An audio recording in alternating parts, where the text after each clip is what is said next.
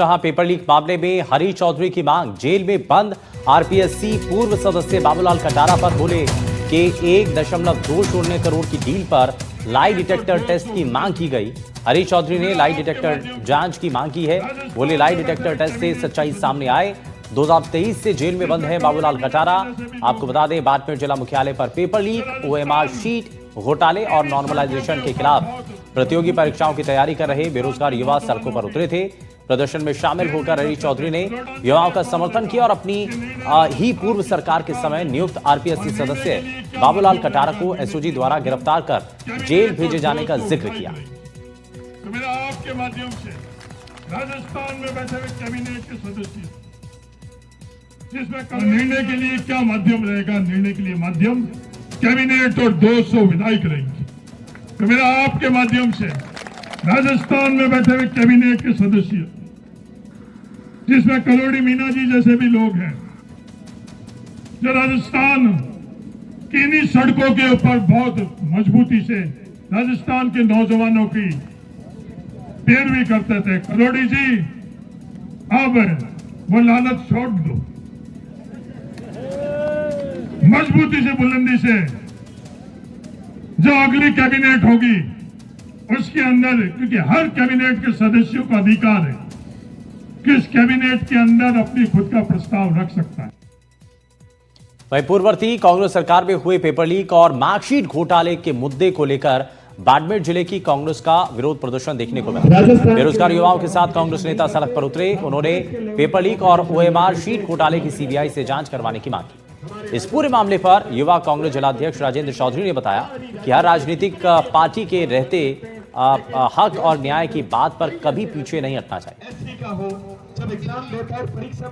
Marksheet घोटाले को लेकर बाड़मेर के युवा और बेरोजगार धरना प्रदर्शन कर रहे हैं और आज इन्होंने कलेक्ट्रेट में ज्ञापन दिया। साथ ही साथ हम बात करेंगे कांग्रेस के युवा मोर्चा के जिलाध्यक्ष से कि इस तरीके से आपने, क्योंकि आपने अपनी ही पार्टी के खिलाफ मोर्चा खोला है, किस तरीके से देखते हैं, या ये पार्टी से ऊपर की कहानी? देखिए, हर राजनीतिक पार्टी ये कहती है कि हक की और न्याय की बात में पीछे नहीं हटना चाहिए। आज हमने हक और न्याय की बात करी है। पिछले 11 साल से ओएमआर शीट का घोटाला चल रहा है। पहले पेपर लीक और सेंटर पे नकल का हम सुनते थे। आज की ये स्थिति है कि ओएमआर शीट, जिसे परिणाम शीट कहते हैं, उसके अंदर घोटाला होने लग गया। तो फिर ये जो इंस्टीट्यूट, जो संस्थाएं हैं, जो बोर्ड है, उनकी क्या विश्वसनीयता रहती है? उसके अंदर ही घोटाले हो गए, उनके कार्मिक ही घोटाले कर रहे हैं बैठ के। इसको लेके आपने कौन कौन सी पार्टी का आह्वान किया था और किस तरीके का आह्वान? हमने सारी राजनीतिक पार्टियों के नेताओं से, सारे राजनेता जिस पार्टी से संबंध रखते हैं, पार्टी के पदाधिकारी, उन सब के पास गए हम। हमारी बात को सबने सुना, हमारी बात नकारी किसी ने नहीं, क्योंकि एक सच्चाई की बात है। सबने आश्वासन दिया है। कुछ लोग आज हमारे धरने के अंदर पहुंचे भी हैं, कुछ ने एकाएक हम नहीं पहुंच पाए, तो जिस सदन में वो बैठते हैं उस सदन में वो हमारी बात उठाएंगे, लेकिन हमें न्याय की उम्मीद है। आपने जिनको ज्ञापन दिया उन्होंने क्या बात कही और किस तरीके से बात शुरू, क्या रहा? देखिए, यशर शेखर जी आईएएस हैं, उन्होंने हमारी बात को सुना और उन्होंने ये आश्वासन दिया जो हमने मुख्यमंत्री जी के नाम का ज्ञापन सौंपा है। बोला कि हम जल्द से जल्द इस बात को ऊपर पहुंचाएंगे। और हमने भी निवेदन किया कि स्टूडेंट बड़ा शालीन और शांत है, वो अपनी बात शांतिपूर्ण भी करना जानता है और इस जवानी के अंदर जिस हद तक लड़ना है उसको भी जानता है, लेकिन वो नहीं चाहता कि कुछ और न्यूसेंस क्रिएट हो। तो शांतिपूर्ण सुन ले, इससे बढ़िया कुछ नहीं है। आपको नहीं लगता है पार्टी लाइन के खिलाफ जा रहे हैं आप? ये पार्टी लाइन वाली तो बात ही नहीं ना। हर पार्टी, मेरे को तो मेरी पार्टी ने ये कहा, सरकार ने के समय की सारी चीजें और आपकी सरकार के समय का ही सब कुछ, जो दोषी होंगे वो आपकी सरकार के काश हमारी सरकार चेत जाती तो कम से कम 5 साल और बचते। उन 5 सालों में कितनी भर्तियां हुई? आखिरी सवाल क्या रहेगा अगर ये परिणाम अगर नहीं होता तो ये कहां तक आंदोलन का रूप होगा? ये आग पूरे राजस्थान में पहुंचेगी। राजस्थान के किसी जिले के सामने वहां के युवाओं को जागृत करने में हम कमी नहीं रखेंगे और निश्चित रूप से राजस्थान का हर जिला बोलेगा और जयपुर को जाम करेगा। ये हमारी कहना। ये थे कांग्रेस के युवा मोर्चा के अध्यक्ष, जिनका साफ तौर पे कहना है कि भाजपा की सरकार समय रहते अगर इसका न्याय करती है, नहीं तो ये आंदोलन और उग्र रूप लेगा और जयपुर की ओर ये लोग यहाँ से कूच करेंगे। कैमरा सोएगी भैराराम के साथ भूपेश आचार्य, एनडीटीवी बाड़मेर। और डीडवाना से बड़ी खबर, जहां कुचामन नगर परिषद बोर्ड की बैठक में हंगामा हुआ। पार्षद ने बैठक के एजेंडे की कॉपी फाड़ दी। सभापति और आयुक्त के खिलाफ नारे लगाए और नारेबाजी करते हुए कांग्रेसी पार्षद धरने पर बैठे। वहीं बैठक का बहिष्कार कर धरने पर बैठे कांग्रेसी पार्षद, पुलिस सुरक्षा कर्मियों को इस दौरान बीच बचाव करना पड़ा। तो इस पीछे बड़ी जानकारी मिल रही है और इसकी तस्वीरें भी हालांकि सामने आई। सभापति महोदय श्री सुरेश सिखवाल जी की अध्यक्षता में नगर परिषद कुचामन सिटी की साधारण सभा की बैठक रखी गई जिसमें कुल 7 एजेंडा थे, जिसमें शहर के विभिन्न विकास कार्य तथा अतिक्रमण आदि हटाने के संबंध में विस्तृत चर्चा की गई और सभापति महोदय के निर्देशानुसार सभी एजेंडे हैं जो बहुमत से पारित किए गए और कुछ पार्षदों ने विरोध भी किया, लेकिन बहुमत के आधार पर सभी एजेंडे पारित किए गए और विभिन्न विकास कार्य जो नगर परिषद ने पूर्व में भी कार्यादेश जारी कर दिए गए हैं, शीघ्र ही उनको भी प्रारंभ किया जाएगा तथा जो आज मीटिंग में पास हुए हैं वो भी जल्दी निविदाएं जारी की जाएगी। बोर्ड मीटिंग के अंदर जो ये 7 प्रस्ताव लिए गए थे उनको बहुमत के आधार पर पास कर दिए गए हैं और सभी पार्षद भाइयों को जिन्होंने साथ दिया है उनका बहुत बहुत धन्यवाद करता हूं। और बूंदी से बड़ी खबर, जहां युवक की हत्या के विरोध में भड़का आक्रोशित ग्रामीणों ने नेशनल हाईवे 52 को जाम कर दिया और नेशनल हाईवे 52 पर 3 घंटे तक चक्का जाम रहा। वहीं चाकू से हत्या के बाद सड़कों पर लोग उतर आए और न्याय की मांग को लेकर बूंदी का नेशनल हाईवे 52 ठप कर दिया। मुआवजा और नौकरी की ग्रामीणों ने मांग की है। वहीं हाईवे पर टायर जलाकर प्रदर्शन किया गया। हाईवे जाम से यात्रियों को भारी परेशानी हुई और सूचना मिलने पर मौके पर प्रशासन और आला अधिकारी पहुंचे हैं।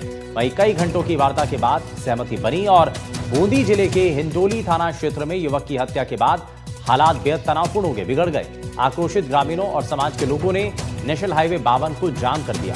दोनों ओर वाहनों की लंबी कतारें लग गई और यातायात पूरी तरीके से ठप हो गया।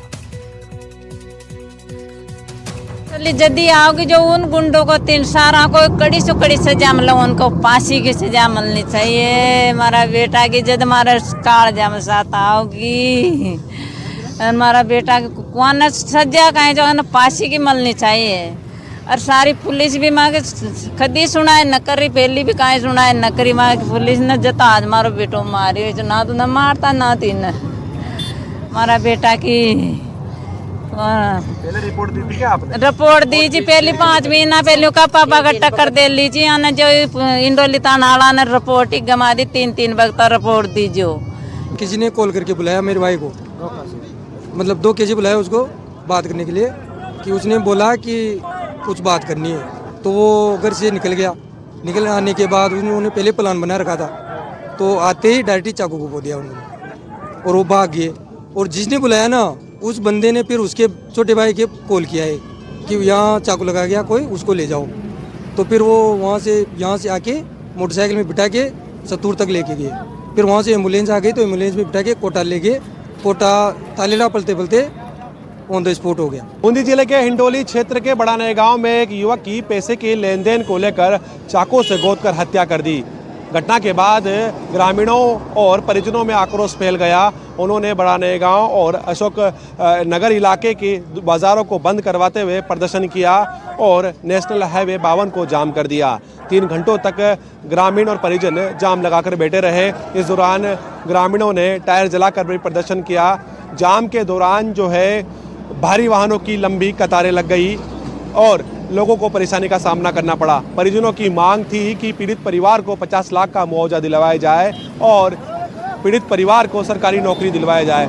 इसको लेकर परिजन लगातार जो है प्रदर्शन कर रहे थे, आंदोलन कर रहे थे। आप तस्वीरों में देख सकते हैं कि अब भारी जाप्ता यहाँ पर आपको नजर आ रहा होगा। पीड़ित परिवार को प्रशासन की तरफ से जितनी भी सहायता दी जाए वो देनी चाहिए और कम से कम 15 से 20 लाख रुपए पीड़ित परिवार को दिया जाए ताकि उसको आर्थिक सहायता मिल सके और परिवार को इस दुख की घड़ी में अच्छा सहयोग मिल सके। और जिन्होंने भी इस जघन्य अपराध को जो अंजाम दिया है उनको कड़ी से कड़ी सजा मिलनी चाहिए।